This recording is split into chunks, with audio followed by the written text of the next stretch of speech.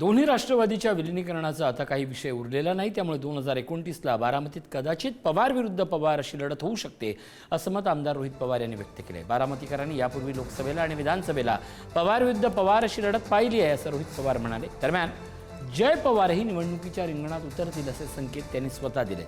2029 मध्ये मी निवडणूक लढवावी अशी अनेकांची इच्छा असल्याचं जय पवार म्हणाले।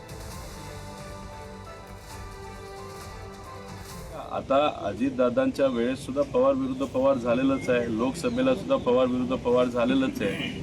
परिवार म्हणून एकत्रित आला पाहिजे हे किती खरं असलं तर राजकीय दृष्टिकोनातून निर्णय घेत असताना कधी कधी चांगल्या गोष्टी होण्यासाठी काही कडक निर्णय घ्यावे लागतात, काही गोष्टींचा त्याग द्यावा लागतो।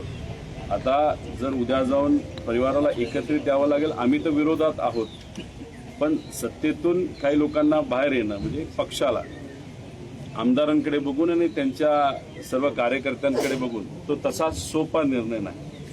लोकांची मागणी आहे की 19 मध्ये मी उमेदवार व्हावं, 29 मध्ये मी उमेदवार व्हावं, पण माझी आशा आहे, नाही तर माझ्या मनात काय आहे की मी पक्षाचा छोटा कार्यकर्ता म्हणूनच कास माझे पुढे चालू ठेवावं आणि सगळ्यांना तिथं मदत करावी। 29ला तुम्ही तुमची तयारी असणार? नाही, मी तुम्हाला आताच बोललो, माझी नाही, लोकांची ती मागणी।